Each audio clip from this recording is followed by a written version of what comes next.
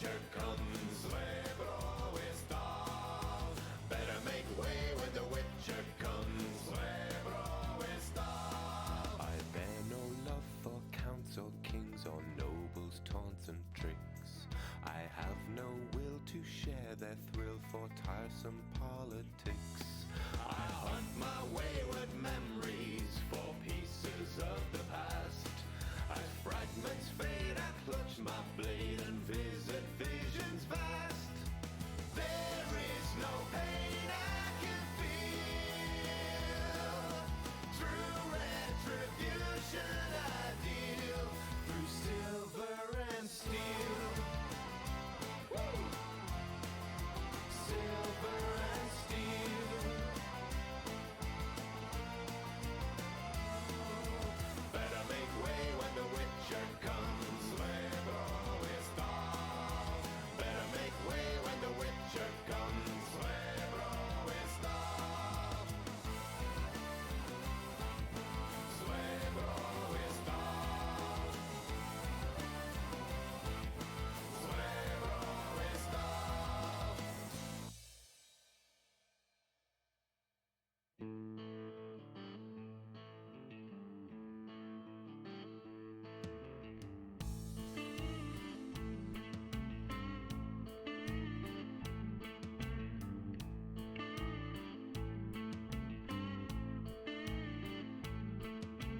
Close my weary eyes under choking clouds of ash and darkest dust. The silver kiss of sleep is lost. I can feel these broken cogs begin to rust. But when the end finally comes, I won't despair. I'll just keep on hoping I might see you there.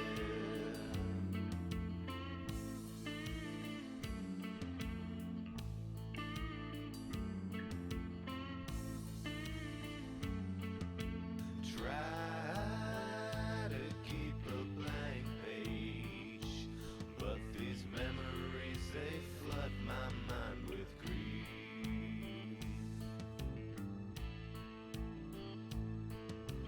Faces lost forever, and the Hello, ladies and gentlemen. Welcome to game number 1, which is the A team versus Kingfishers. My name is Rocket, and I'm joined tonight by Miss JacquelineHyde. Hello. Hello. Oh, wow, they really are going. So you can see the bands on the screen. We have Alterac, Dragonshire, Sky Temple, and Volskaya being banned out. Right now we're going to draft, so let's get in there. Boom, boom, boom, boom, boom, boom, boom, boom. Super professional. It's a bit of a rush start, but we'll get there. We're going to Brax's Holdout for game 1. Which, of course, just makes me super excited. This is my favorite map, and I love seeing people play it. And I think everyone needs to learn to love this map. White Mane being banned out first and foremost. Obviously, she did get buffed in yesterday's patch. So, obviously, we've got a bit of a White Mane player on Kingfishers that they just don't want to deal with. Yeah, we played in, my team played into a white main tonight, and it seemed pretty powerful now. Mutual excitement. I want to go back to one-tricking White Mane, which is going to be hard since I'm an offlaner. Medivh, Leoric, and Anub being banned out for the rest of the bans. And really quickly, Anduin being snapped for that first pick. That's interesting. Yep, 2D Moss is like, I don't know what you're doing, but if you try and go for a blow, and actually that's the thing. The A team is notorious for their very, very coordinated blow-ups. So I feel like that's not so much a we really want this hero, but more of a we really don't want you to have this hero because Anduin is great at fun policing blow-up comps. Mm-hmm. You go ahead and have the Blaze and the Tassadar being picked up. I do have to just say, I love the name Billy Bob Joe. That's just one of my favorite names to say in the cast. What's better than having 2 first names? How about 3? Ricky Bobby is sad watching this cast. If you're not first, you're last. So Vala and ETC getting picked up from the A team. Pretty good blow up potential coming out of the Vala, although I am surprised to see her because she doesn't have quite the range I would expect and is very, very... I mean, she wears paper for armor, so into something like Tassadar, I do feel like she might suffer if she's not constantly on the move. I don't expect to see her going into auto attack build because she just needs... Oh, actually, no. Never mind. Scratch that. Deathwing band coming out here. Apparently they and heard an you. Asthma band. These are some interesting third set bands. I don't see Asmo too often on Braxis. Deathwing's a little more common. Oh, I see we have a third caster tonight. He came up and said he wanted to participate. We do go to have the Sonya coming out of Captain Skippy. And interesting, the Malfurion coming out. The second year cat showed up, mine ran off, so... oh well. Are we sure it's in that order? Could yours have run out first and they're actually the same cat? Well, my cat's very white, so... I don't think it's the same cat unless he's, like, taking a dip in a bottle of ink or something on the way.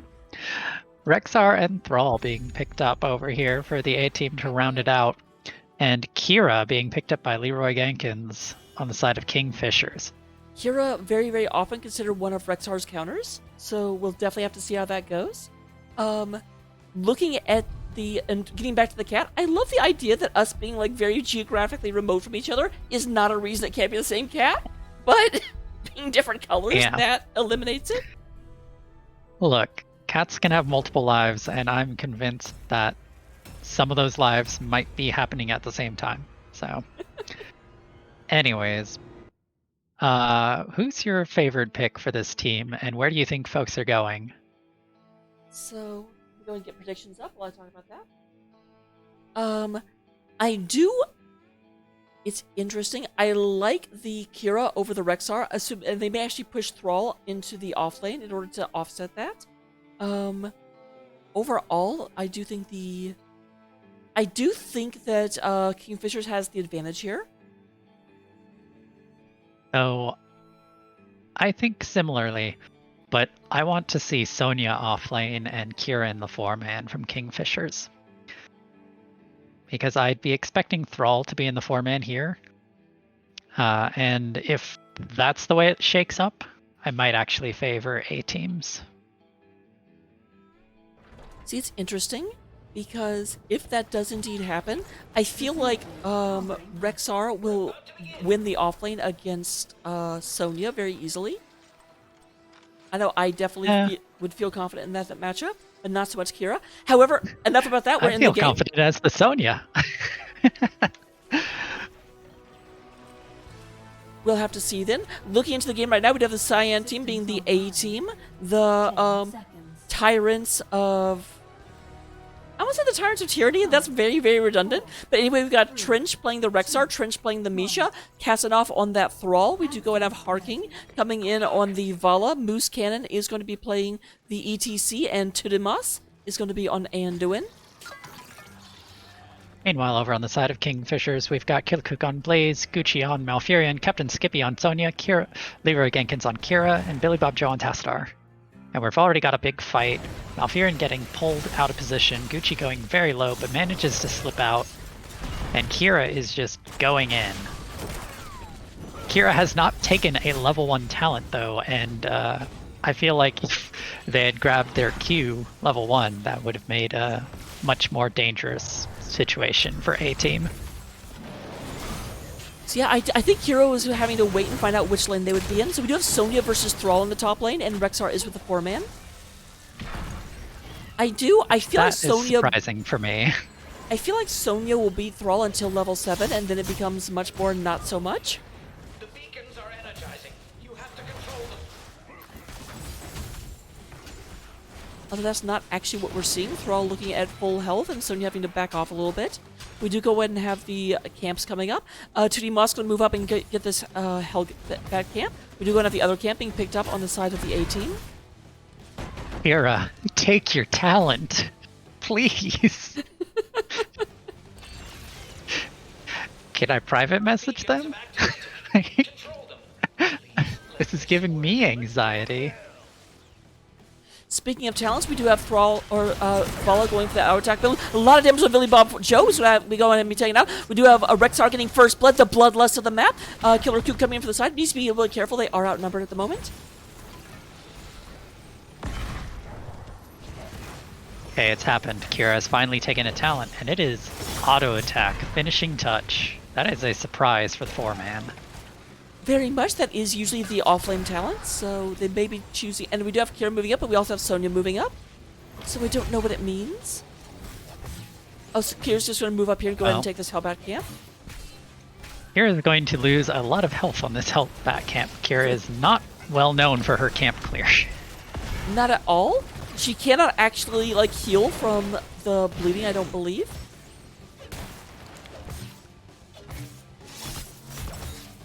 Let's get down to about half health. Thrall moving in.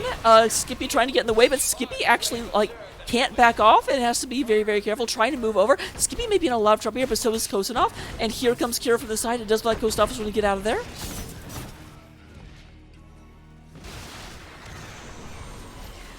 Don't know that I liked giving up objective for that camp. Yeah, a bit of a strange call coming out of Kingfishers. Blaze just over and over with these stuns, though. Once Killer Cook gets the cooldown reduction on E, I think that Kingfishers are just gonna go wild.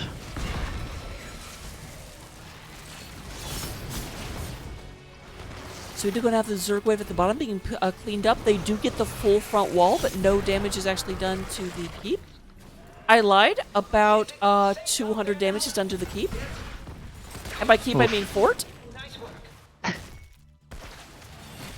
Every bit counts. Every bit counts. So we do have Leroy moving up to the top. Everyone be quiet. Don't let them know.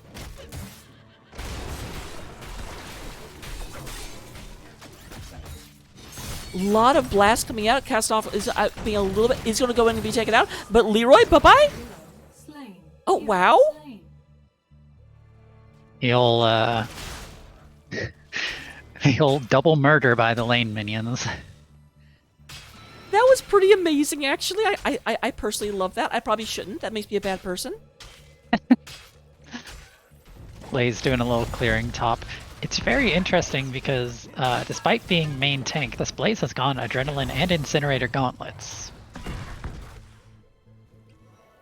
I kind of Not feel like what you usually expect from your main tank. It's more what you expect from your offlane Blaze. But a big stun goes out. Kira on the Misha. Sonya getting rooted. And they're going to be able to disengage just fine against the Kingfisher engage. so here at the looks like Another ETC big stun. and the Tesla in the are have become the offlane as everyone moves up here. Kind of an interesting situation that they've left their tank behind. I have to wonder if they'll rotate back. I think this Tassadar needs to respect this ETC a little bit more. Power spike. They'll be active soon.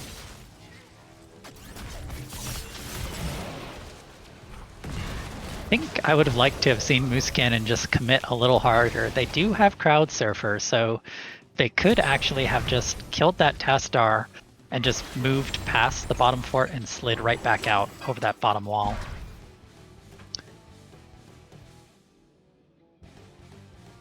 So beacons are activating now, and Take control of those beacons. we've got Kingfishers taking their top beacon, while A-Team is grabbing a camp, and they're just now picking a bot beacon.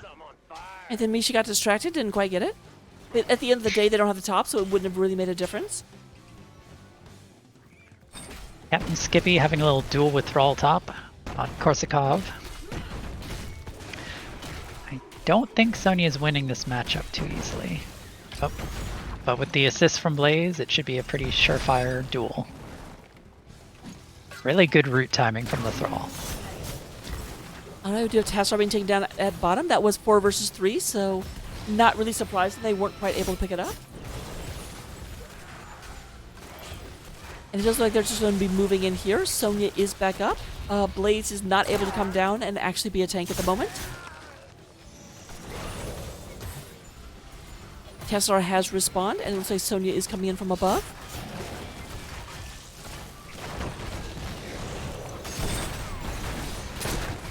A lot of damage to go through. We do have Moose Cannon going ahead and get picked on. Leroy Genk is doing a good job trying to body block, keep that out of there. There is the stun coming in.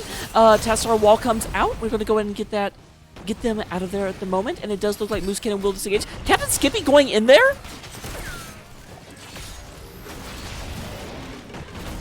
Oh, and the Mosh comes in just in time. That's what I like to see. Just a snappy little ult pick and a big clear. Yep, that is They were waiting for that level 10, and they capitalized on that moment. Another big slide.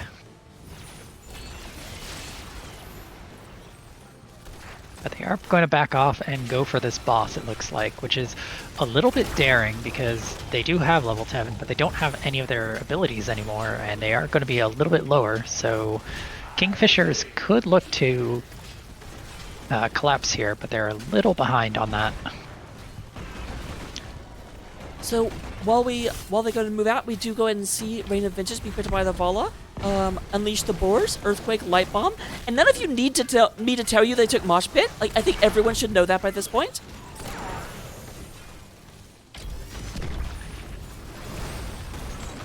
All right, there's And the leap onto the Misha. Kingfishers really do not like this Misha. I'm seeing so much CC go out into it. Boars coming out. And Misha here is with the not an unrelenting it. strikes. Sorry. There's Light Bomb. Misha does go down. Someone call PETA. It's rude. Cat off the computer.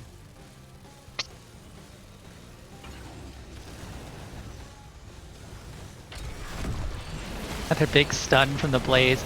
Nice little zap from the Tastar comes out, but the Blaze does go down. Oh, did I just see a Twilight Dream? We do have Twilight Dream coming out of the Malfurion. Yes, unfortunately the Blaze was not able to use their bunker drop. That probably would have saved them and won them that team fight. So currently we are up 8 kills to 1 in favor of the A team. Definitely doing a very, very good job on this map. Billy Bob Joe going to go ahead and go back to... And a huge sleep from the Malfurion, a 5-man sleep. If only sleep stacked. Think of how many broccoli stacks that could have been.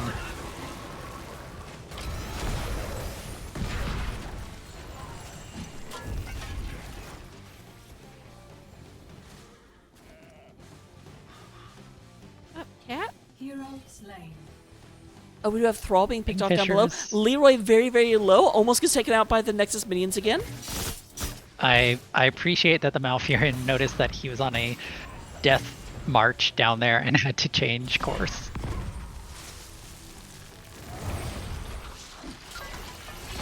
Blaze getting in here. Another big zap from Billy Bob Joe. Yeah, Stun Moose goes Cannon- out on the ETC. But Blaze is in a little bit of trouble. There's the Bunker leap coming comes in. out. A lot of damage back. Very, very, very low on the Misha. Moose Cannon also gets caught by the black hole. Fortunately, the black hole was after all the CC had worn off and after the fight had moved a little bit. Skippy getting stunned for a little bit. The Blaze electric- sliding in. The electric fence goes ahead and stops Vala from being able to hunt down the Sonya. And there we have another big mosh. That was in Does get stereo. interrupted by the Twilight Dream. And the Blaze is now in trouble once more. And Oh. here comes the cleanup. Oh, he's still going in. That's some trust in your healer. 1,000%. You love to see it. Full YOLO coming in Joe here. recalling. Yeah, very dangerous place to recall with a team that's that ready to dive you. Headed for our enemy, but it's still an incoming Zerg. So we do have the Zerg wave coming in along top. 2D Moss and a Harken G are moving up there. It does look like Thrall has stayed below in order to deal with the opposing wave, because there actually is a significant wave here.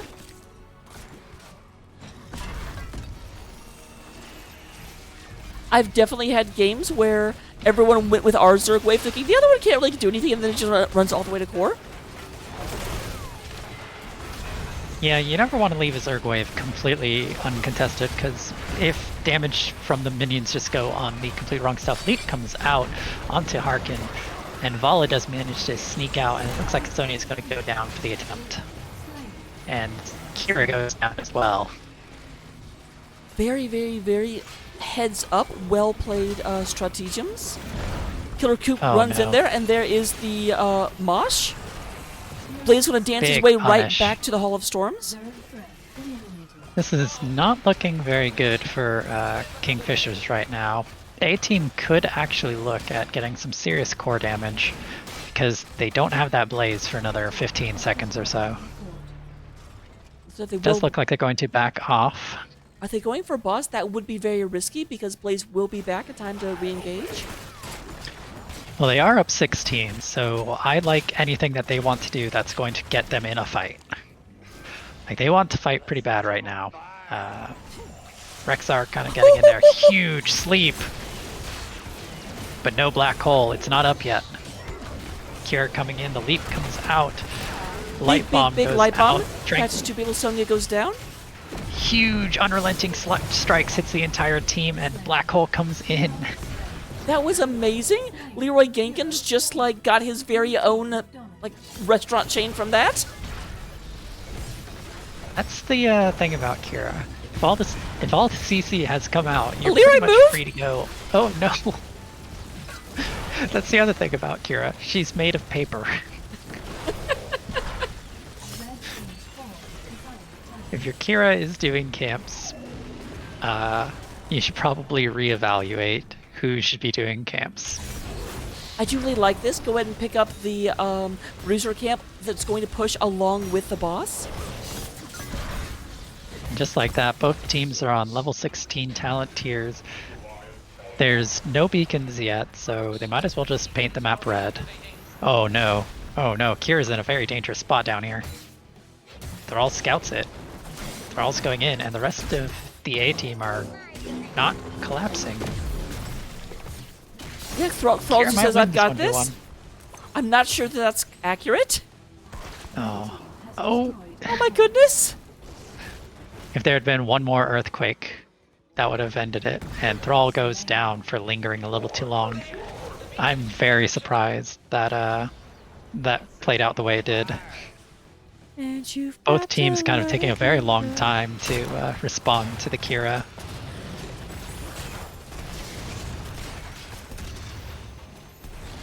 Kingfishers picking up the beacons. And looks like they're having a little bush party. The Blaze stun comes out and whiffs. The Mosh comes out and catches the Sonya. CTC's in a little bit of trouble.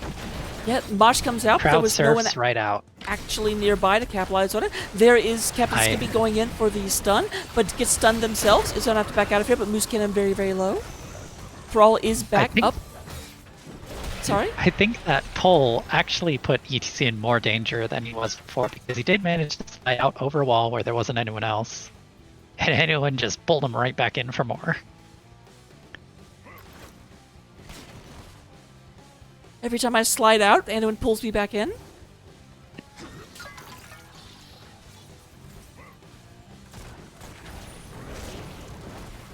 Blaze looking for an angle. Yeah, Kira's still doing this camp and getting very low. Let the Blaze do the camp, please. I really feel like this Kira is too traditional offline. Like we need camps, we need camps, we need camps. I'm like, you're Kira? Let someone else be responsible for camps? It's not as anxiety driving as not taking a level 1 talent until level 3, but it's pretty high up there for me.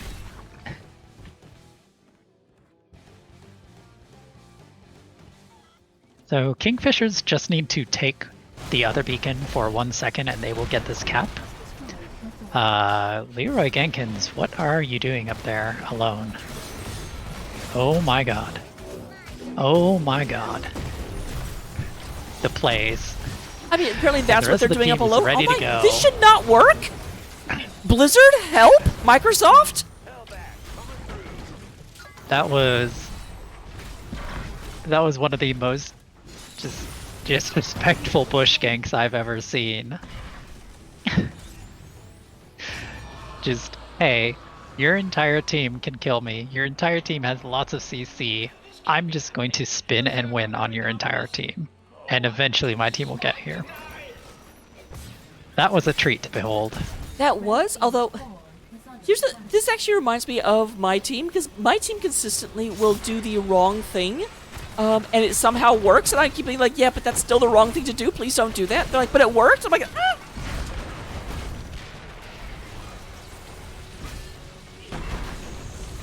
To be fair, if you're playing Kira, you should have a certain level of confidence in your ability to do shenanigans like that.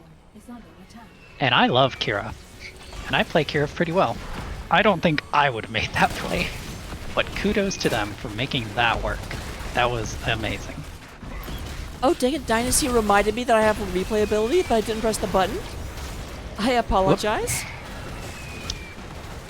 And it does look like this core is going to just melt under that Zerg wave. Yep, it does look like, surprisingly enough, level 1, or game number 1, does go in favor of the Kingfishers. I kind of felt like that the A-team had control of that game for almost the whole thing, and then Kira happened. Yeah, once Kira hit that level 16 power spike with the AoE on her boom kick, that was quite the turning point for them. Very much. Oh.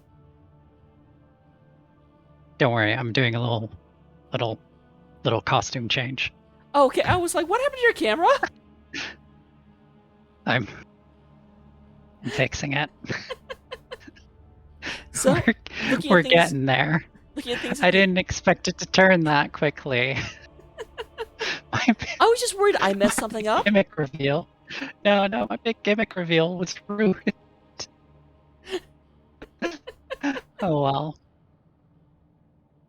Look at the stats at the end of game number 1. We do go ahead and have, in terms of damage, Billy Bob Joe was just putting on a clinic, did almost twice as much damage as everyone else. Only Kira broke the halfway mark. And then, of course, Blaze actually outdamaged the Vala, which is impressive. Like, just a lot of damage dumping coming out of the side of, that is Kingfishers. Yeah. I don't have my cheat sheet on the screen. I will say that definitely Billy Bob Joe was just doing some work on Tassadar. I think that quest completed for Static Charge, it had to have completed in the first 5 minutes of the game. I remember hearing that ding pretty early in, which is quite impressive to see someone finish a Tassadar quest almost as quickly as a relentless Zul'jin in ARAM. Oh no, 10,000%, not even 1,000%, 10,000%. Feel the hatred of 10,000%. Looking at the talents, nothing is jumping out at me, but I only play a few of these heroes. Anything really standing out to you? I think the one thing that maybe I didn't love was I don't know about going I don't know about going Adrenaline and Incinerator Gauntlets Blaze if you're playing main tank. You can go Pyromania if the enemy team has a ton of CC. Or you can go cooldown reduction or shielding. Both of those can get you a ton of value as a main tank. I only say that I dislike the Adrenaline, Stimpak, and Incinerator Gauntlets because we kept seeing Kira going off after the camps. If Blaze was clearing camps, which could have been a very valid option, then that probably would have fit in more. No, that is a really good. I'd already forgotten about it because go me. What? Yeah. Go. The other thing that's spicy is this is a very spicy and dangerous team to go Desperate Prayer into on Andy. Not that Andy got punished very much for it, but if you're going to sit down for 2 seconds still into a team that has a spot on ground root into sleep, a linear stun, another linear stun, another linear stun, and a Tassadar, that team should probably be looking to punish Desperate Prayer pretty heavily. That's a really good point. I don't play Anduin, so I didn't really think about it, but that's a really good wow. Anduin, this is not the time to take a knee. Yeah. But we will be right back for game number 2. Don't go anywhere, and I will see you momentarily. While we're in between, though, do mark your calendars. In early May, I will be doing a charity drive. Here's more information. Hey everybody, we're going to go ahead and get into the next game in just a second, I promise. But while we're in between, I did want to let you know that on May 6th, 7th, and 8th, I'm going to be participating in Game On to End Lupus for the Lupus Foundation of America. If you type !charity in chat, you can find out a link to the donation page. If you type in !bosses, you can see all of the bosses we got ready to go, because we are dedicating the weekend in order to overcoming adversity. So there's just a bunch of bosses that I've got queued up. Saves are ready, and we're going to be overcoming them, having fun, beating some of the biggest challenges that I've run into in my gaming career, and ending lupus.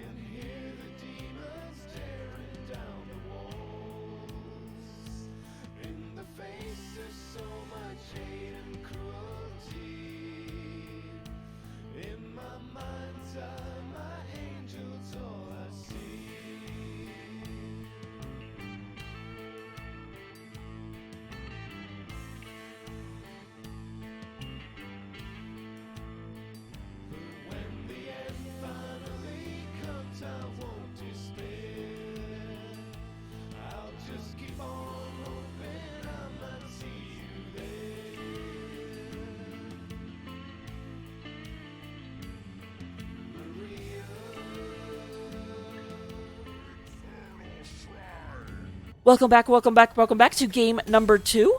If you take a gander at the top of the screen, you will go ahead and see that Kingfishers did win game number 1, in case you fell asleep for the last 10 minutes, because if so, you might be coming back. Wait, what? Huh? How, what? So we do once again have the White Mane being banned out by the A team. We do see them getting first pick this time around. Although they actually got first pick last time around as well, so... Mm-hmm.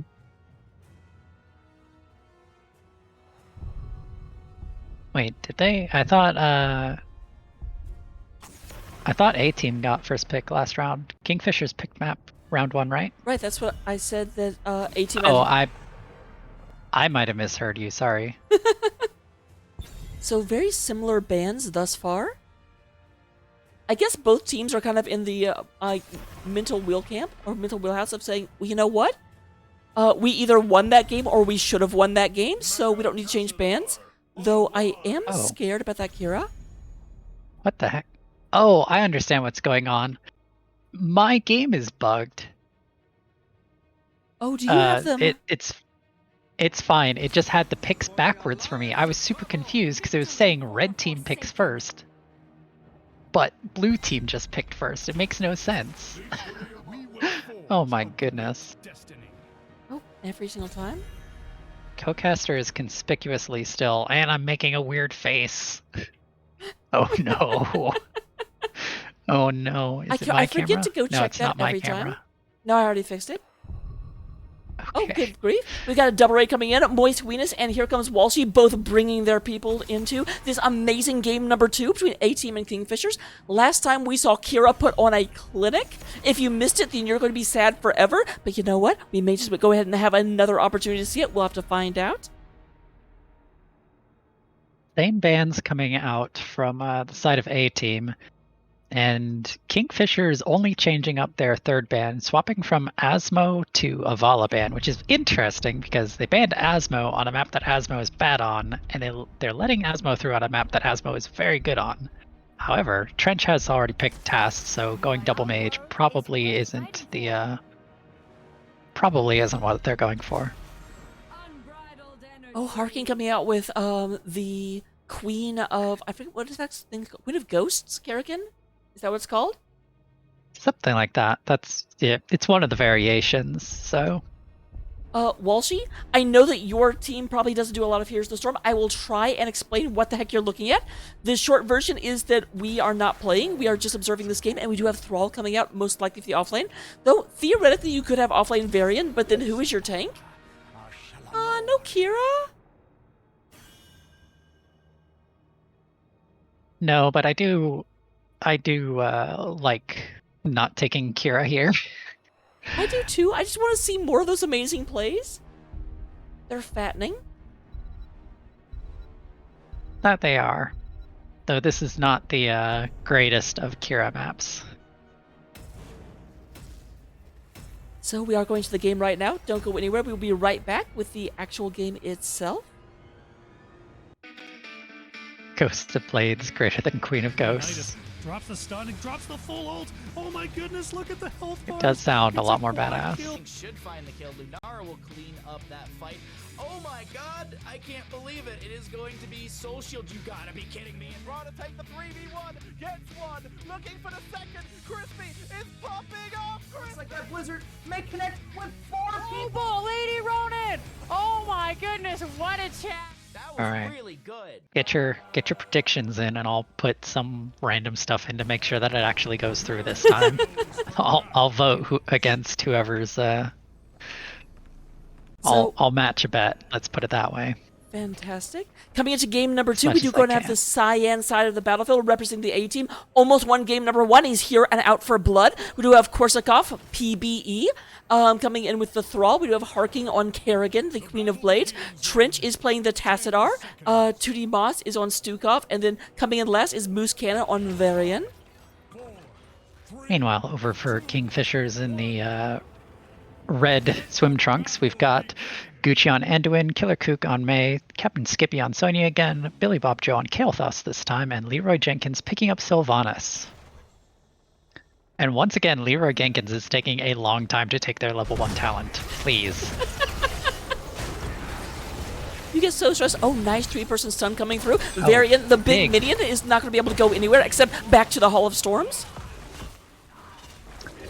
That was a very good counter engage, and Sylvanas picking up Might of the Banshee Queen, thank goodness.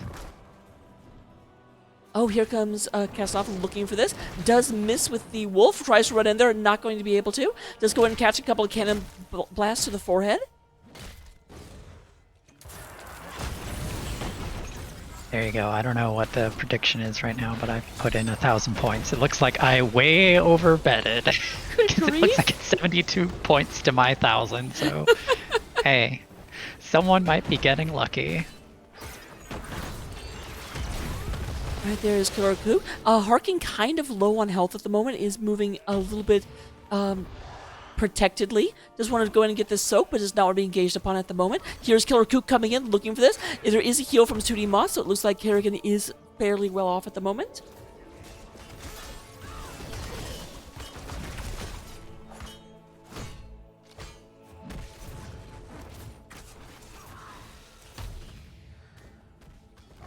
does look like Sonya and Anduin are down here going ahead and picking up this Impaler camp. When this is picked up, the Impalers will join the red team and start pushing in with them. Or I guess the orange team for you, because I have colorblind nice mode.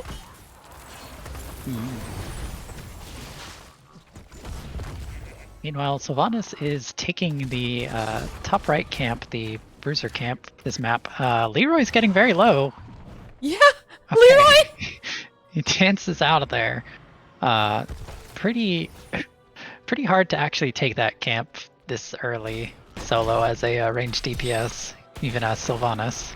I feel like that Leroy just really, really likes playing heroes that have a difficult time taking camps and then trying to do it anyway. But here they come in. Leroy Gig is looking in. Thrall is in a lot of trouble at the moment. Oh, but Leroy turned around and not try and fight it. The stun came out, but the Syl was focused on the camp. Leroy's here for one thing, and that's clearing camps and taking crazy fights at 16. Leroy's like, we have not yet reached the point where I fight yet.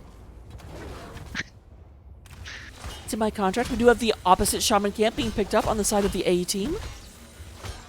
Go ahead and get that. But meanwhile, we do have the upper shrine coming up. This will be an arcane shrine.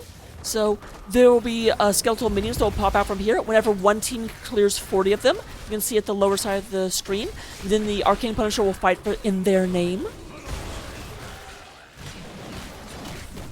Kerrigan side soaking at the moment, trying to get an experience advantage. They do have a 1 level advantage, but they don't have their Kerrigan. Unfortunately, Sylvanas' Merc Queen did not get too much value since the A team went ahead and cleared that camp. And it does look like the A team is going to give up this first objective and instead push elsewhere, taking the mid camp from the opposing side and getting some value bot. So, yeah, we are up to 37, and here comes the Arcane Punisher about to push out. We do have the Impaler camp coming through. The already being targeted, and Killer Kook not interested. It's more interested in the experience at the moment. But meanwhile up top, we do have this guy going over, goes in and stuns the Varian. The Moose Cannon going to go in and get out of there. A very good dodge there, because they perfectly got that Punisher to get animation locked. How did none of us Varian. notice the fact that Kael Thos has taken Convection? I mean, I'm all about it. Okay, don't encourage them. Look, after watching how quickly Billy Bob Joe got his task stacks, I'm ready. I want to see Convection completed in the next 2 minutes. He's only got 13 more to go. It's funny, I saw 2 people get hit by the Flame Strike, and I was like, oh, if they had Convection, and I looked down, I'm like, oh, there's a number at the... We do also have Lion's Maw at 6 out of 25 stacks. For anyone that's new to this game, Convection gives you extra damage once you get 20 kills with it. Getting picked out there. The pull, and that's a reset on Convection. That was a very unfortunate situation for them, losing both their DPS on the side of Kingfishers. And that's actually what I was just saying. The problem with Convection is exactly what we just saw. You aren't allowed to die until you get 20 hits with Flame Strike. Otherwise, it goes back to 0, as you can see.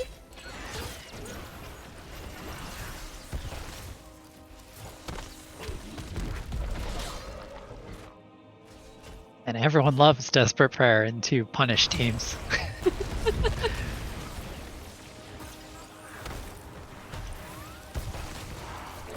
Although, I do like Desperate Prayer if I'm playing into a Stukov, because there's a very weird interaction specifically with silences. If you get silenced or rooted while you're kneeling after Desperate Prayer, it immediately breaks you out of the kneeling animation, and you can just walk right out.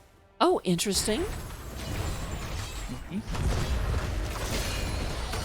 Doesn't make sense. Oh, Captain Skippy take a lot of damage. Poked pretty hard here. Does manage to get out, get the tap. Maybe looking to re-engage, which is pretty spicy. Once again, A-team getting their level 10 early and trying to make something happen with it. But they weren't quite able to secure a kill this time. We do have level 10s picked up on the side of the A-team. They are going to go ahead and take Summon Ultralisk, Shield Wall, Earthquake, Black Hole, and Flailing Swipe. Ultralisk is a little bit interesting. With Black Hole putting everyone into like roughly the same area, I would have thought this might be a Maelstrom game. I think they still want the Ultralisk just to give them a secondary form of engage.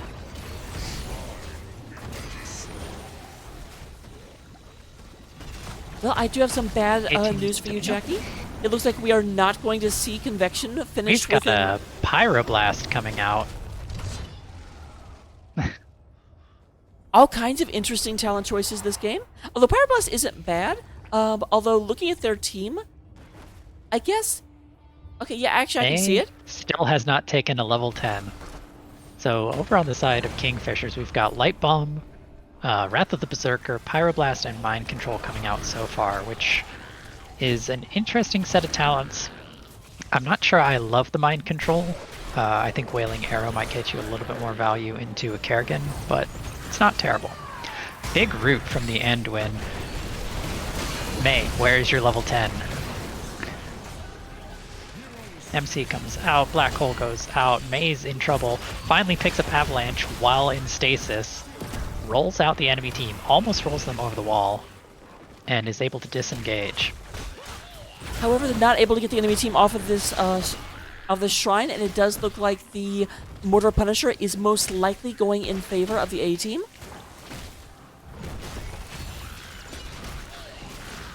Leroy Jenkins just going off to the side lane to deal with that camp. It's pretty much already dealt with, but just kind of doing a reset. Looks like Kingfishers might be giving this. They might be looking to go back in, which is kind of crazy. Killer Kook going in. Another big root. Here's the and taunt. this Tastar's in a little bit of trouble.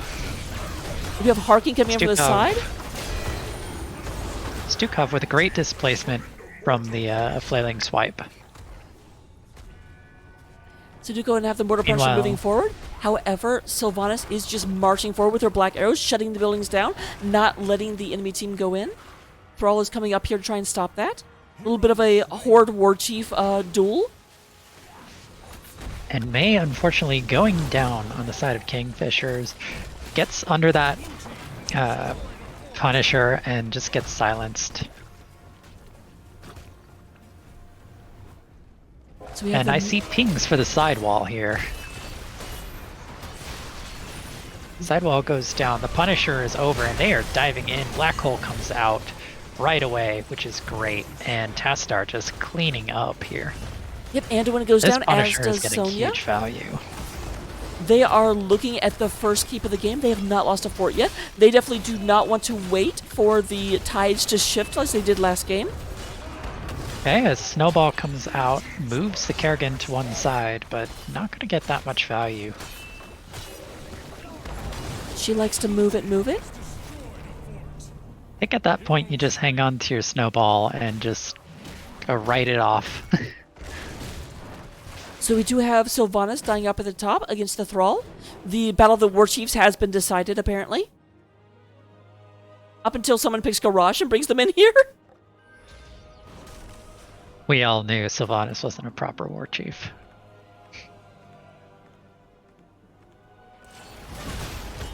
Anyways, A-team getting the camp out bottom. They've got a Caddock down there. Kingfishers are definitely going to have to respond to that, and that's going to open up some space for the A-team to kind of go paint the map a little bit blue. And also, that was not me not responding. That was me very, very loudly not disagreeing. Sylvanas, once again, having to go clear the side lane. Sonya is top. This is a really good time for A-team to push in, especially with 16. I feel like it's deja vu again. It is very similar to last game.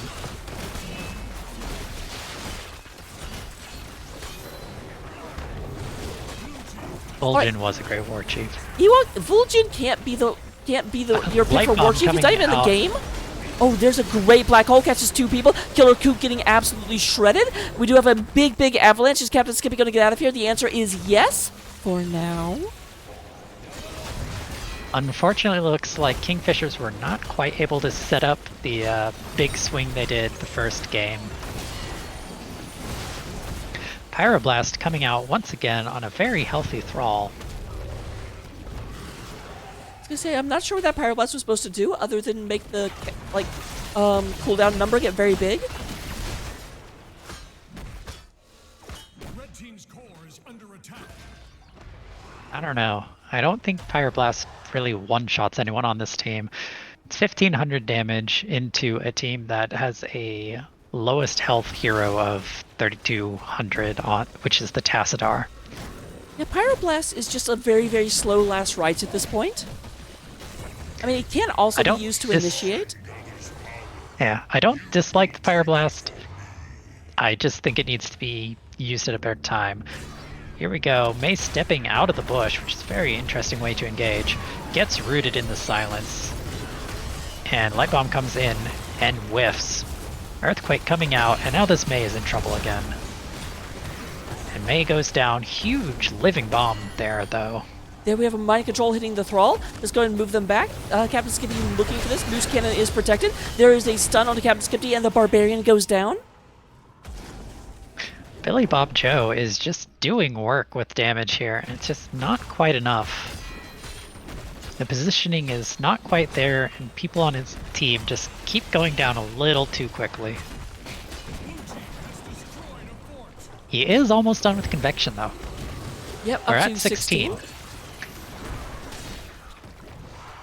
He did go Pyromaniac, so it'll be interesting to see if he goes double explosion or living bomb spread on 16, which they're still quite far away from. Only one level. They'll get 16 before their opponents get 20. Yeah, hopefully. I really hope they do. If they don't, might need to reevaluate some things. But in the meantime, A-Team is getting a bunch of progress on this Frozen Punisher. And now that the Kingfishers have shown in the lane, A-Team's just going to clean up these camps, and Kerrigan is free to basically lock this at 39 or just take it. I want to see it locked at 39. Perfect. I was like, you will indeed? So now they get to get the other camp, and they get the Punisher now. So now they have Punisher with two sets of camps mid, one camp and a Kata, which is getting very lost in the sauce bottom. One Kata just decided to keep trying to drive around in circles. So when this Punisher jumps in, 18 stacks on Convection. A-Team's gonna look. Good block from the Mei, and the Mei gets out. That's huge. 16s come out for the side of Kingfishers. But the Varian is in, taunts the Sylvanas. Mind Control goes out and whiffs. Sonya going super low right now, and John Cena comes in onto the Killer Kook. Mei going down again, and this looks like it's game. Yeah, but Convection apparently was not enough to swing the game. I'll Let's be see. nice. He did finish it. He did finish the quest. So yep, we've got a lot of casual impalers and just a lot of damage coming in as the A-Team do win game number 2. 12. How many is that? 9 impalers, 3.5 katas down there? It was ridiculous. Oh, that was a mess of macro at the very end there.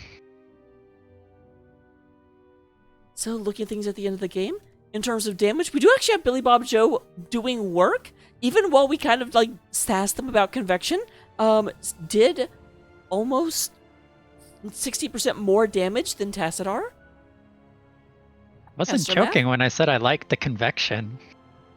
Like, into this team, he's either going to die or live. There's no in between, and the mana barrier isn't going to stop that. Okay, I do have to ask, into what team will the options not either be die or live? Into teams that do very sustained damage or very long dives. So this team will taunt you, stun you, and silence you. So it's very hard for you to pop your mana bubble. Okay, that is fair. looking at talents, we do go ahead and have, once again, we do actually, or this time we do actually get a level 20 demonstration coming from the A team. We did actually go ahead and see the second explosion at 16. We were worried about that. May did not pick a 16. Also took forever to pick a 10, so I just want to point that out. Yeah, taking forever to pick that avalanche was not so great. I was fine with either talent, but I just wanted to see it earlier, because if they had had it at the start of that level 10 team fight, they probably could have gotten a lot more value than they did. Also, Wrath of the Berserker is fun, but I don't think Sonya struggles into too many duels on this team. I think they probably got a lot more value out of Leap to give them some more interrupted crowd control. Yeah, it's Wrath of Berserker is really, really good to back up the Punisher, but for me, where it really, really, really shines is on maps with like, Uh-oh. Someone wants their 1,000 points from me.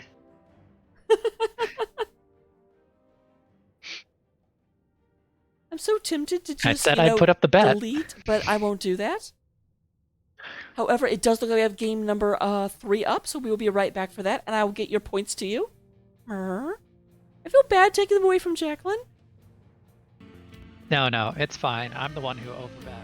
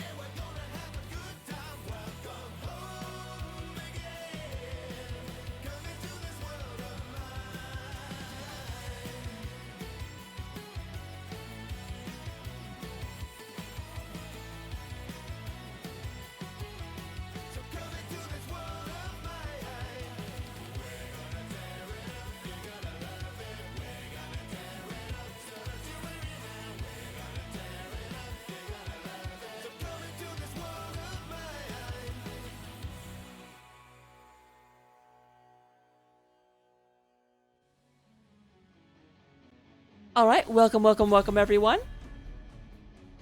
Real quick, making sure that my Cocaster's camera actually works. Go me. We are in game number 3 on Towers of Doom.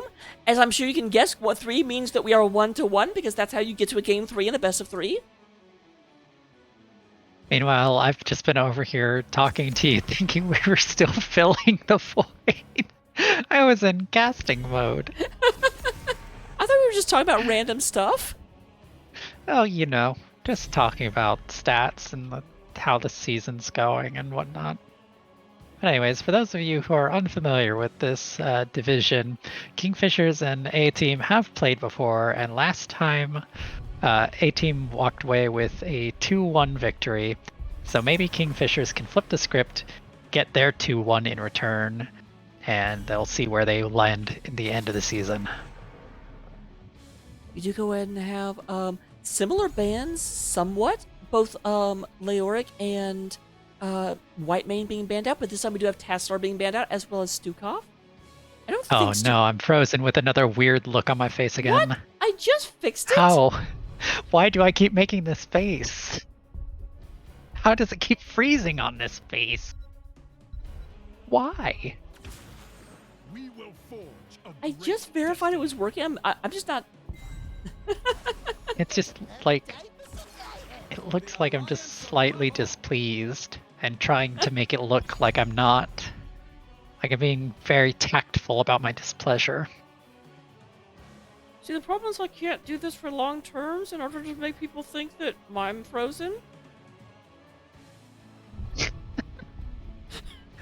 Alright, anyways, it's Towers of Doom. Let's talk about this draft. Whitemane and Tastar this time coming out. Holy cow, we've got an Asmodan. Well, this is the second time we've had Asmodan come out. I hope they're not going to try and offlane with the Asmodan. That is actually interesting. Does that mean they're actually not going to be double soaking? They're going to have Asmodan going between bottom and mid to stack faster? I would hope so. Asmodan probably should be playing the between the two lanes on this map. You don't necessarily need to, and you don't need to not take a double soaker. You just need Asmo to basically roll up mid when the offlaner goes down to mid, and just throw a Q from max range. So I just noticed something. Am I crazy, or have we not had a Johanna ban this entire series? We have not, and I like that. Yeah, it's one of those things. It didn't occur to me when we didn't see anyone pick Johanna, and then I was like, wait a minute, she's available, and just the teams don't care. Leroy Gankins finally gets their Medivh. Although Medivh was wearing amazing-looking glasses. Okay, this just got interesting. So we've got offlane Varian, maybe Colossus Smash, which just got buffed. We've got Medivh Asmo, which is a lot of spell damage and not that much, like, auto attack. But Rhaegar and Diablo might be able to fill that frontline position there. So you got Yrel potentially trying to double soak, although he's going to have a harder time because Variants will be pushing very, very hard top, while presumably Kingfishers are rotating bottom mid, which is going to make it harder for Yrel to actually safely do that. I think this all is going to come down to how the Medivh and the Diablo play. Because if they're able to make consistent space, I very much prefer Kingfishers right now. Despite the fact that A-Team has a just dream team sheet of great heroes. Well, we'll get in the game real quick. Let me get predictions up so you guys can put your money where the mouth is. Don't overbet this time. I'm going for 10k. Let's do it. I don't have 10k. But a girl can dream.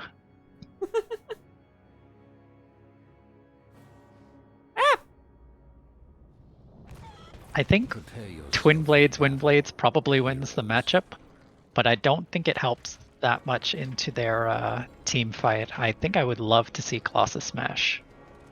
But with High King's Quest being taken level 1 the second the game starts, it's probably Twin Blade, Wind Blades. Most likely. Looking at the teams, we do go ahead and have the A team coming out of the blue gates. We do have Turimas coming out with the Anduin, Trench on the Junkrat, Moose Cannon is playing ETC, Harking is on the Vala, and Korsakov, Peanut Butter, and Energy Bars is on the ETC. What are you waiting for? Meanwhile, over with the unfortunate red shirts, we've got Kingfishers, Killikuk on Diablo, Captain Skippy on Varian, Gucci on Rhaegar, Leroy Jenkins on Medivh, and Billy Bob Joe on Asmodan. Kind of an interesting, aggressive position to be taking level 1 with a team that is much worse level 1. They don't have Varian, and they don't have Souls on Diablo. They basically are playing 2 heroes down into that team level 1 fight. And Asmo not getting that many stacks off of the wave. Nope, currently at a commanding 14. We have 2 stacks on Arcane Rift, and then High King's Quest has not finished any of them. What the heck? Seriously. But no, Asmo's hits are primarily from hero so far. Another triple hero hit. So this is kind of not what I was talking about, but I don't hate it. The Asmo kind of playing in the lane rather than between the lanes and just sticking bot pressure up. Does look like Kingfishers are just kind of foregoing their camp. Oops, I think I missed the prediction. Oh well. Rip. It's okay, Lolens is going with you. You're an influencer officially. Big engage coming in. Your Rel coming down, as is the Varian. We have the first kill onto Gucci. Another huge set of stacks for the Asmo. Diablo getting picked pretty bad here. The shield comes out. The gate gets him out though. Bit of a pucker factor moment there for Diablo, I'm sure. Asmo up at 50 stacks already. Just get raking in the money here by just landing Qs on the enemy heroes. Alright, here's where we should see 2 blades appear. Boop!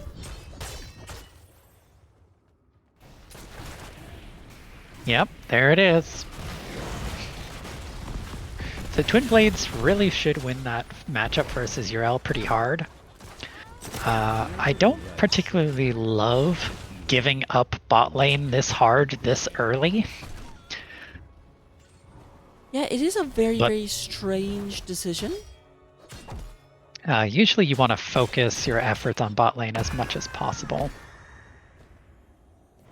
Yrel does have Dauntless, so she will be okay into Twin Blades. But I don't think she wins that matchup forever. Particularly once Varian hits 7. Alright, we do have the engaged. Trench takes a bit of damage. Kook is focusing on them, but there's the boop. Kook is body blocked in the middle of nowhere. Bye-bye! Some unfortunate positioning there. Leroy dropping down the gate. That was a slick move. Enough of this charade. Bring down the Gravekeeper's Kingfishers are a little bit behind on the first objective and a little bit behind on Siege, but this is Towers of Doom. It's not over until one team or the other, or both, are in critical range. There is no way to actually kill the core through Siege. You have to capture objectives which fire rockets at the enemy core. Yep.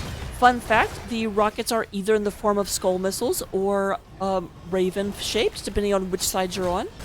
Because this is the battle between the Raven Lord and the Gravekeeper. Asmodan unfortunately getting picked in the middle of the lane. Well, if he was playing between lanes, that wouldn't have happened. Exactly. I just reached up and tapped this on my head, even though you guys can't see me. Diablo looking to scout a little bit here. It's a little dangerous. Medivh has put down a gate. He is able to disengage, but he doesn't really have damage with him. Oh, that is interesting. Diablo going AA build, it looks like.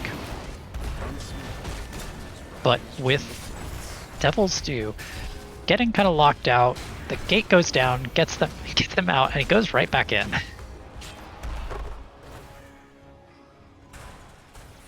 Alright, we are up to 27 stacks of Arcane Rift. There's more Arcane Rift hits and multi-shot hits. Just a lot of nice grouped heroes for all the heroes that want them. It's like a smorgasbord of dings. Yeah. I think Val is going to struggle to get huge multi-shot stacks this time. Diablo, once again, just kind of getting bodied in. Moose Cannon is really putting on a clinic for playing ETC well here. Yes. Once again, grabbing Crowd Surfer and just... It's very small things, but he is getting a lot of like cutting corners here and there with it quite often, and that's allowing him to position in ways that you usually can't get to super easily on ETC. Like without Crowd Surfer, if you try and slide around a corner, you kind of like skip off in weird ways due to the way that the game is programmed. But with Crowd Surfer, you can pretty much, wherever you want to slide, you can slide very consistently. And there are actually some tricks you can do. We do have level 10 picked up on the side of the A team. We will see Raid of Vengeance, Stage Dive, Ardent Defender, Riptire, and Light Bomb. Let's have a big fight coming in. Protected goes on Killer Cook. The Stage Dive is interesting. I think I would have loved to have seen the Mosh again. Because if they had had Mosh there, I think that was a pretty clean kill. Although, arguably, they may have, their opponents would not have positioned that way if Mosh was a threat. True. Meanwhile, on the side of Kingfishers, Apocalypse, Warbringer, Ancestral Healing, Leyline Seal, and Tide of Sin coming out. Apocalypse coming out, catches the ETC. Oh, unfortunately the Asmo throws the Q over the ETC. And Kingfishers are going to have to disengage, they're pretty low. We are at 39 stacks of Arcane Rift, and Varian has finished 1/3 of High King's Quest. This is a very unique Diablo build. We have Devil's Due level 1, Life Leech level 4, and Malevolence level 7. Usually for Life Leech you want something that gives you attack speed later on in the game, and cooldown reduction on level 7 from auto attacks. This is very hybrid build so far. Cook pushing the ETC, gets slid right back onto, bounced back, and they're just kind of in trouble here, but the ley line comes out. Will Cook get out? No. And that is a soul reset. Does go back to 25 souls, so we have achieved level 10. Has destroyed a fort.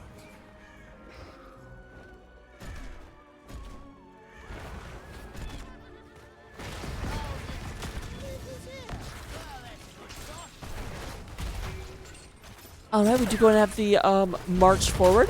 Obviously, controlling the bottom of the map is the A team. This is the way that you most consistently win this map. Leroy still sitting at 39 stacks of Arcane Rift. I'm very, very nervous about that. Like Convection, if you die before you get to 40, then it just resets. Well, he finished it, so he's good to go. He can int as hard as he wants now without being punished, other than losing the game.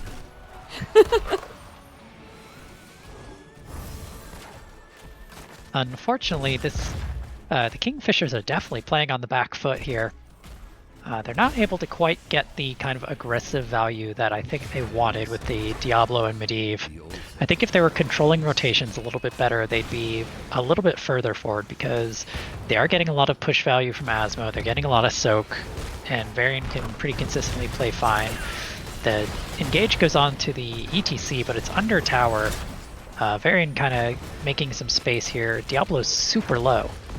Yeah, Diablo does not need to go in right now. There is a quest completed for Asmodan. Level 1 is done. Obviously, trade is not yet done. This is the issue with Devil's Due, is if you can't consistently get globes or tap, you don't get any value from that talent. And that is exactly the situation that Killer Kook finds himself in here. Another knife Asmodan tends to clear globes pretty far away. Oh, there we go. Good job, Gucci. Diablo is still getting engaged on the Purge, comes out. Their team is bounced around. He flips. The APOC comes out. Big pick on the ETC. So yeah, without a tank, they could move a little bit more aggressively. Killer Kook does want to go back and get health before they re-engage. So Gucci decides, okay, I'll get mana. Diablo and Anduin going back to the Hall of Storms together. Actually, wait, that's wrong side. Diablo and Rhaegar.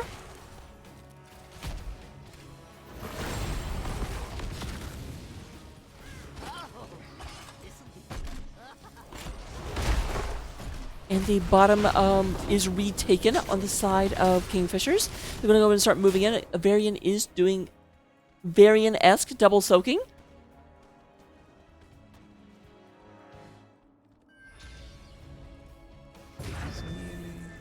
I'll say I am a little surprised by the Asmodan talents on the 4-7-13. That's usually, if you're going to go Chain of Command, you usually see Bombardment being taken and Battleborn being taken on for getting your general out more and more often.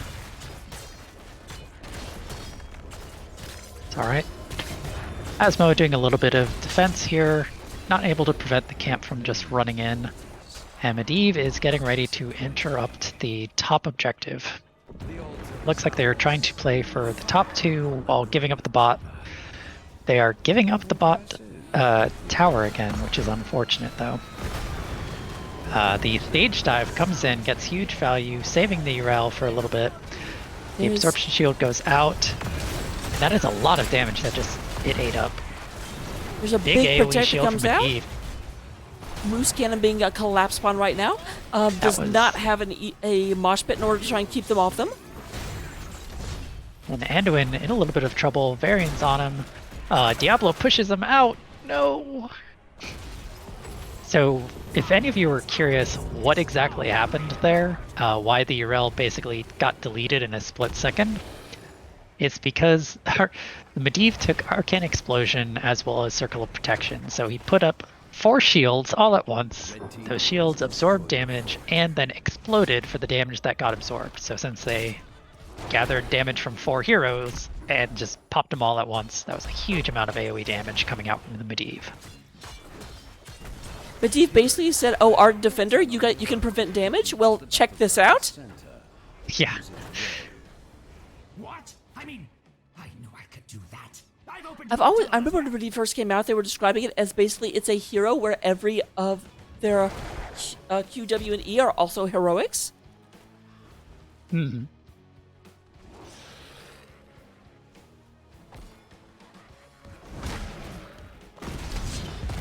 Lot of damage coming into Kozakov. Kozakov will have a hard time getting out of here. Does not... Oh, let's go ahead and just jump in. But there's Asmodan.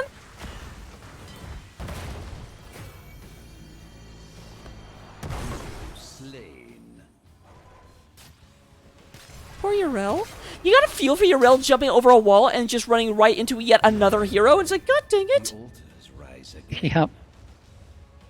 No stage dive this time.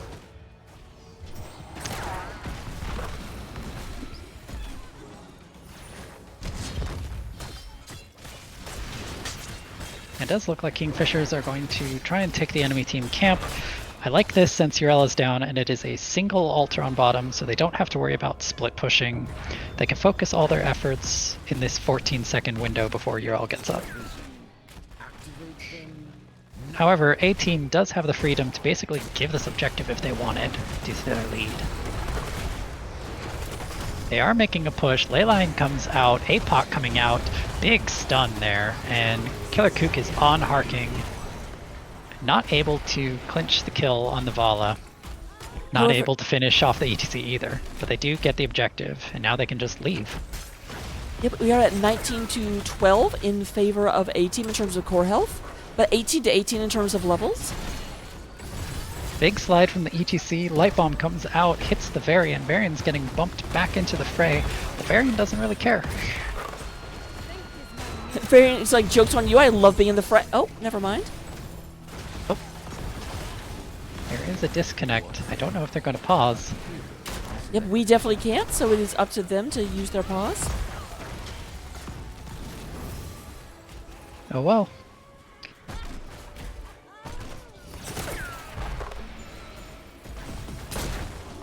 I'm a bit surprised because it does definitely feel like... Guys, you have to pause?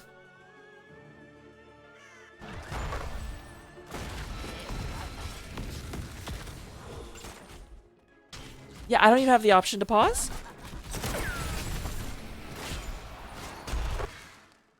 Oh, there's the pause coming out. He's like, yeah, you only get 2 or 3 pauses per game, so you can't really ask your opponents to pause for you. You just have to press escape and press pause.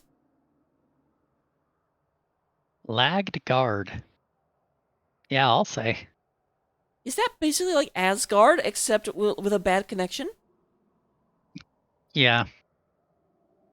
So when Thor's trying to get home, but he has to use dial-up. Rainbow Bridge is out of commission. You have to take the rainbow ferry. You have to take Rainbow Road from Mario Kart. The longest track, too.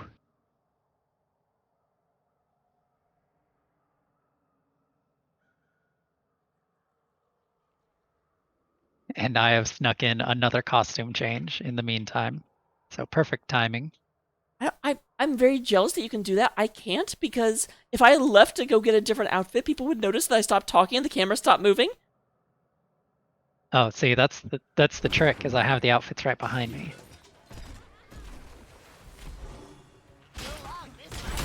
Okay. Back at it again. You go ahead and have this camp being picked up. We are almost to level 20 on the side of the A team.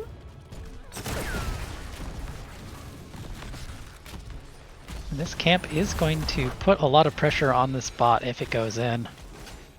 We should note that Aspen is just about to come on, like fully online, is at 362 stacks of their trade.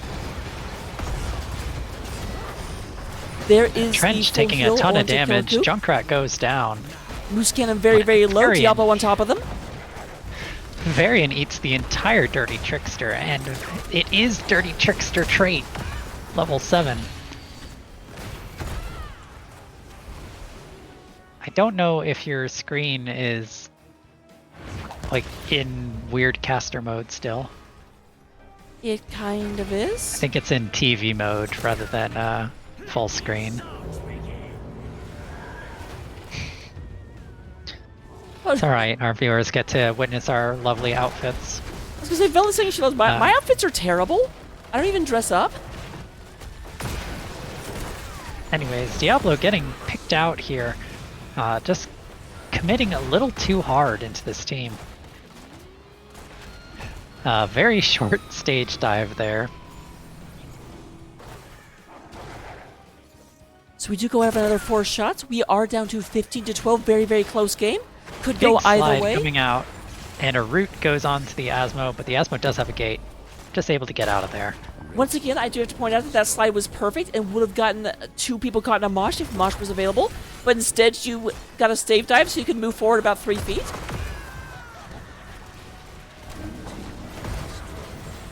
Bottom tower going down for Kingfishers, and they are trying to engage past it. They're having a little trouble locking someone down. They've got the Urel. Urel gets pulled. Big slide. Big follow-up stun from Vala. Diablo flipping the ETC out of the ulti. Oh no.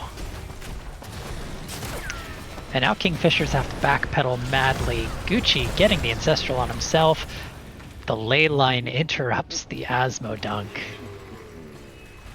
This is not a good position for Kingfishers right now. Stage dive, getting some big value there. Diablo looking for the gate, which is a very interesting way to approach that. So it looks like there's going to be a fallback, but we do got to have both altars coming up and Rhaegar down for another 40 seconds. If both of these are given up... Now, top did go the way of the Kingfishers, so it is still only 4 shots per. We'll knock them down to within boss range of dying. Yes, this could be the critical setup here. The slide comes out, the Diablo's in trouble. I think this Diablo goes down here. And yeah, this is the worst case scenario for Kingfishers right now. because they have to protect both of these, or one of these altars, and they just can't do it. So right now, if this boss goes over to A team, that's it. Game over. And I don't think Kingfishers realizes how dire a strait they're in right now. Leroy Jenkins is... Medivh does not have Leyline Seal yet. It might be up. He has to go in right now and just pray. Nope, that's it. Junkrat goes in and booms him right back out. And that's game and set. So game number 3, and the series does go in favor of A team on Towers of Doom. I'll go ahead and get us an interview if you want to go over the stats and talents right quick. Sure.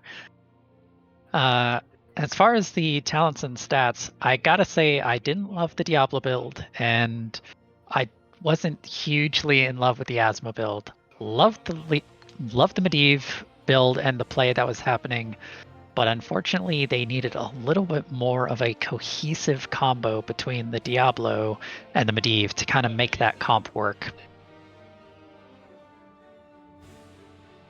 From the side of A team, multi-shot Vala, pretty wild. I don't hate it, but it's AoE damage into an AoE healer, so maybe not my favorite talent choice. And then the stage dive, which was very interesting because we saw Moose Cannon get amazing mosh value before, so I probably would have just preferred to have seen the mosh again. Yeah, I definitely agree. I don't know that stage dive. I saw it used once where I thought it was effective because it got you to the other side of the map during those split turn-ins. But for the most part, it didn't seem necessary. And we're going to jump into Lobby 2 right quick. Yep, I will say this. I ragged on Desperate Prayer both first and second game. I like it here. I love it here because there's nothing to punish it, really. There. Oh, hello. Hello, hello. Hi. How's it going? Going very, very well. How are you guys doing? Fantastic. We're doing good. Gosh, it's a party in here. Goodness. Yeah. Always a party with the A team. So we are joined by just about the entire A team. I think the only one who didn't come along was 2D Moss. Oh, is that, there's 2D. So, yep, we are now joined by the entirety of the A team, unless there's subs that I don't know. I haven't looked at your roster lately. We do have a sub, yes. Oh my goodness. Okay. Okay, I was going to get claustrophobic in here. So, first of all, very, very crazy and chaotic series, to say the least. Game number 1 definitely got turned around a little bit. What was your plan on dealing with the Kira after what happened that first game? You know, we didn't really have much of a plan for dealing with the Kira other than, like, we just needed to stop clumping. I think that was the biggest thing that we did wrong in those last couple of team fights that we took on Braxis. And, like, Kingfishers played a really good game that game, and then, yeah, we beat ourselves. You definitely had a good advantage, but then, yeah, just a couple of engagements, they were just like, can you tell me, there was a moment where you guys collapsed 5v1 against Kira at the top, and then she ended up stunning everyone, and then the rest of the team showed up, like the US Cavalry? Yeah, like I said, that was just a really impressive play. Like, that was really well done by Kingfishers. And now you will be forever aware that Kira can do that. Yeah, very true. We'd actually talked about it and we knew that it was a potential, but we thought we had an easy kill there and we went into it harder than we should have. I definitely thought you had an easy kill too, and I love Kira and I play Kira well, and I would not have taken that kind of an engage. You got to risk it to get the biscuits. Yeah. Apparently so. Like, kudos to that Kira move because that was insane. Yeah. Before that fight, we had a 3-level lead and had pretty good control of the map. So well done to Kingfishers to bring it back. Oh, 100%. The other question that I have, one of the most unique and interesting engages of Braxis, there was a point where Thrall happened to scout out the Kira, I think it was Kira. It was in the middle of clearing the Hell Camp, and there was this long protracted fight where neither team actually responded to this 1v1 happening on your side of the map. So I will say that was me having -3 brain cells after hearing Moose say, "Hey, we're all gonna go top and clear this," and then my brain is like, "Oh, there's a Kira." So I should not have been there, and I like definitely your deserved that response to it. I think your response was fine. Like you saw Kira there where Kira had no business being. You saw the other team on the map. Like I'd go and punish Akira there every time. I definitely, my instincts say I wanted to, but definitely in the future, it's just better to listen to the team and follow what they do, because then it's not giving over an extra kill. A fort is not worth a kill. But my ego says yes.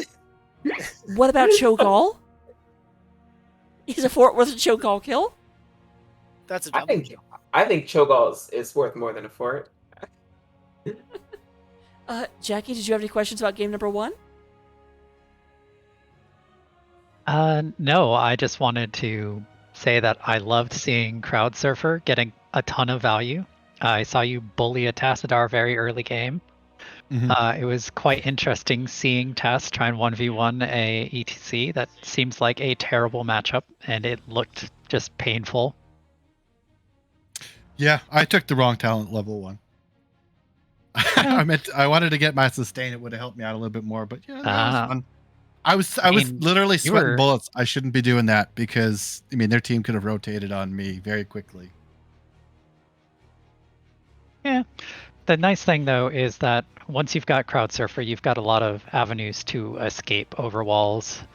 Like you can get an extended slide, and that'll pretty much put you out of range of almost anything in the game other than a Medivh gate. It's true. So, game number 2 was on Infernal Shrines. That was a game that you kind of controlled from the beginning to the end. Did you do anything specific just to make sure that there was a point where you guys were up 3 levels, 13 to 16, and you had to hit the back of your mind be like, we were here last game?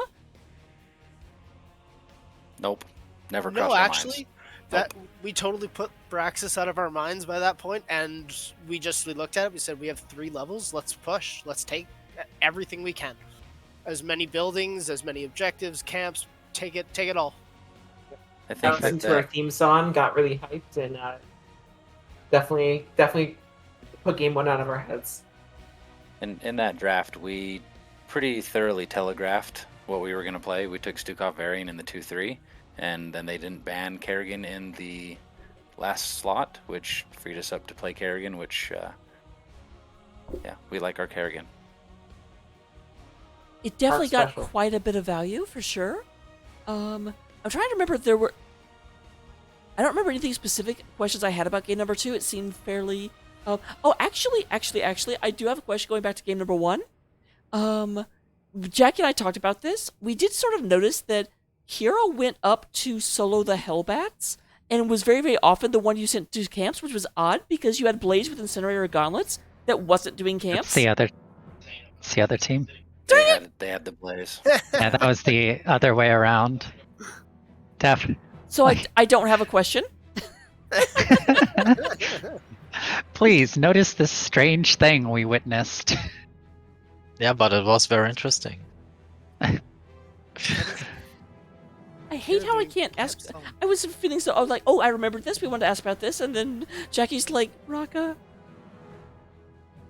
Okay, You Jackie, tried. do you have any questions about game number 2? Preferably to the correct team.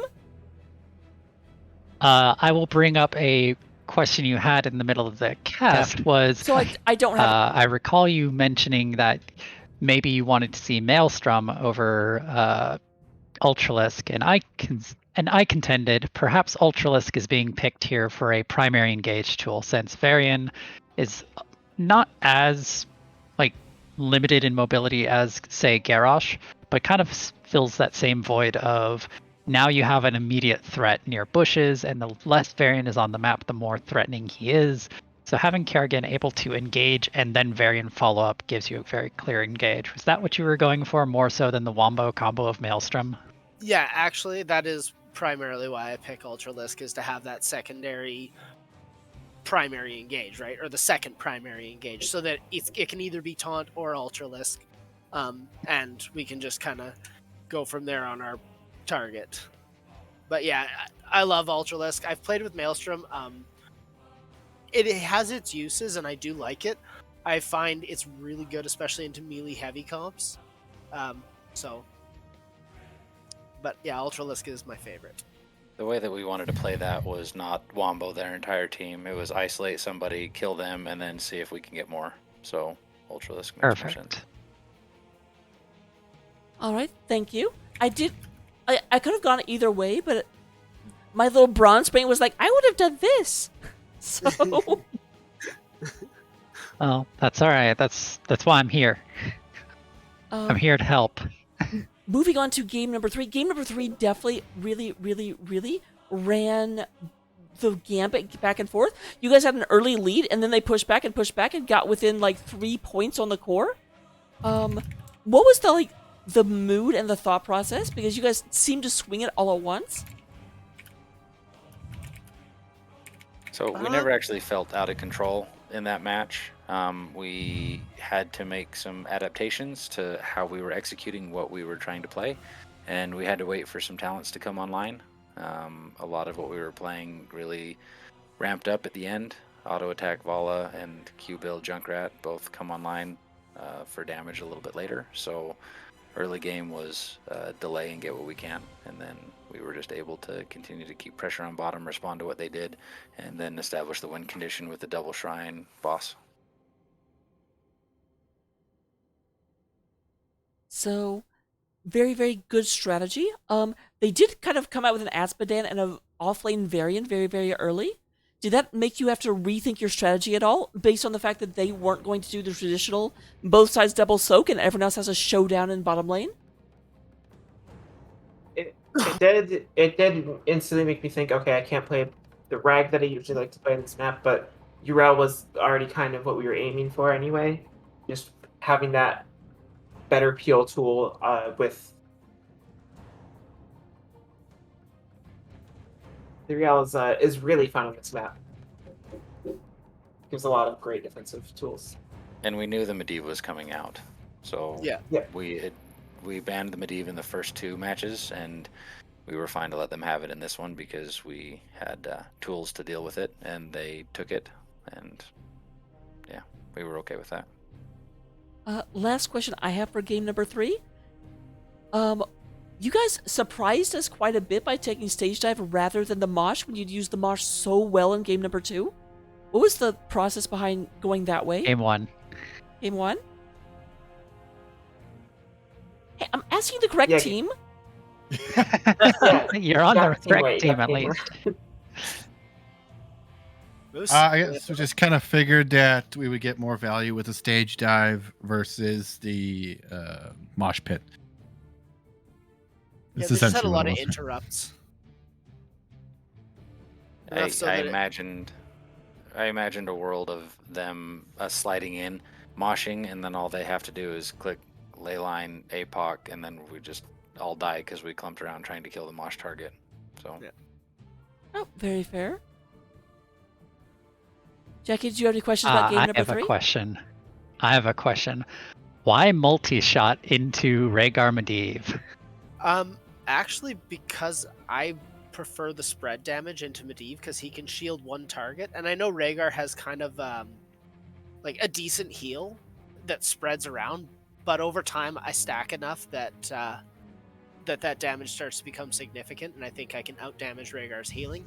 And then, like I said, Medivh he shields one target, so my goal was to spread damage as much as possible. Mm-hmm.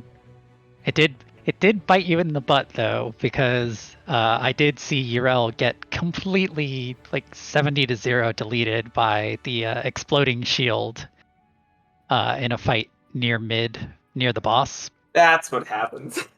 Yeah, yeah. Unfortunately, because the Medivh went AoE shield with exploding shield, and your team had AoE damage, you put about 2,000 damage worth into the shields that were surrounding your Yrel and just deleted her off the map. I was wondering why it popped so quickly. Also, I can handle it.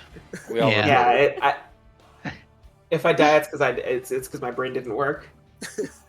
We had That's some all right. reports this match. Moose got reported in game 2 for dying at 35 seconds into the match, and then Park for killing Course. So yeah, reported. Yeah, reported.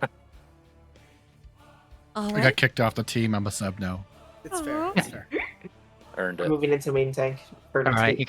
you can stage dive back into their hearts. He definitely did that in game 3. So the last question that I have, I've asked you this before, but I always like letting people talk about it. Where does the name the A Team come from? That is the Canadian colloquialism. Just A bud. And then obviously we kind of did a spoof off of the original A Team. Also, we're looking for sponsorships from specifically Tim Hortons. If you're out there, please contact Moose. We would love to get some conversations started. Get your logo on our NGS page. Amazing. Please save my college's Tim Hortons. Don't let it close. I need it. Get a coffee pipeline into Moose's office. Yeah. Right. Wait. That's what wins us most of our games. I was Tim like, Hortons coffee. Moose, weren't you the one that made us wait in game 3 because you needed coffee? I needed coffee. Yeah, because we don't have a coffee pipeline. Specifically Tim Hortons coffee. You had to drive all the way down to the Tim Hortons. Oh, and I just walked into the kitchen. So. Oh, you see how desperately we need that sponsorship. Yeah. We know who our true secret MVP is on this team, and it's Moose's Coffee. Always Tim Hortons. All right, so those are all the questions I had. Did you have any final questions, Jackie? No, I think I got them all covered earlier. So I'll go ahead and turn it over to you guys for shout-outs. I'll start out. I will shout out Moose's Coffee, MVP of the match. I'm going to shout out Kingfishers for showing up, playing a great set. Those are some real good games, guys. I want to shout out the casters. You guys, thank you very much for picking up the game and doing this cast. It was excellent. Shout out the team for showing up and doing such a great job. And then shout out our coach, Rock Your World. Amazing coach, and we wouldn't be where we are without him. Best coach in NGS, nobody else can have him. I've got one or two myself too. Shout out to Shark Tank for our theme song. Big swing momentum for attitudes between games 1 and 2. And once again, shout out to Tim Hortons. Please sponsor us. Please. Really hammering that one home. Oh yeah. And shout outs to Dairy Queen for the pregame meal. Whoa. You want a coffee pipeline or a Blizzard pipeline? Honestly, you both. Can't have both. You can't have both. Canada has coffee. It has, right? Oh my god. Has both things. You're going to make me choose between coffee and ice cream? Oh no. Ice cream, 1000%? Even if it loses you your games because you lose your MVP. I don't know, I'm old and I have 3 children. I need coffee so much. Yeah, the Tim Hortons is the primary sponsorship, but Dairy Queen's got this too. Shout out all the cool people in the Heroes of the Storm NGS chat. Yeah, we all seen you, Tootie.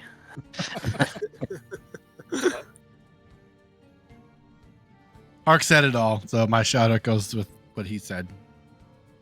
Yeah, so I want to shout out Moose's Coffee. I want to shout out Tootie's Big Giant Brain. He's the mastermind behind a lot of our planning. Shout out to Chorus for talking smack and putting the spurs to us with the Twitch chat throwdown, the gauntlet being dropped. So thanks, Chorus, for putting the pressure on. And shout out to you guys for casting. Great work. Can't wait to watch it. All right, well, thank you very, very much for the exciting series. It was a blast to cast. I won't keep you guys from the after party any longer. Thanks, Rocka. Yeah, thanks. Yeah, All right, after party at Tim Hortons. Have a nice night, y'all. Yeah, thanks. You too. So, Jackie, if you want to go ahead and tell everyone who you are, where they can find you, and all of that good stuff, the floor is yours. All right. Well, I'm JacquelineHyde. You can find me on twitch.tv/Jacqueline_Hyde.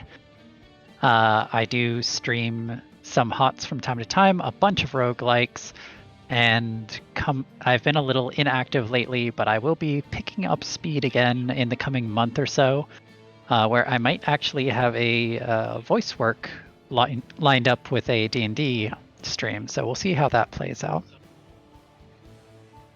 But I am also on a team in NGS as well. I'm with Smoothbrain Kamikaze these days over in Div A. As for me, I am as far as from Div A as you can get to. I am with Ice Crown Citadel Queens down in Div E. You can catch me right here. You can also join my Discord if you look down below the stream. You can follow my Twitter, which is on the screen right now, if you want to see what my casting schedule is and my other game schedule. And as shown after game number 1, you can also catch me May 6th, 7th, and 8th doing a fundraiser for the Lupus Foundation of America.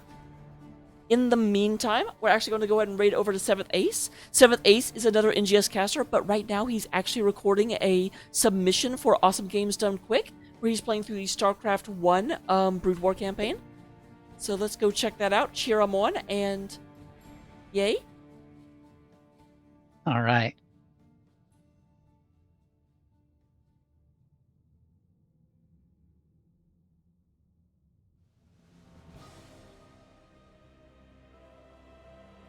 Awesome, I get to recoup my points. Oh, thank you. I always forget.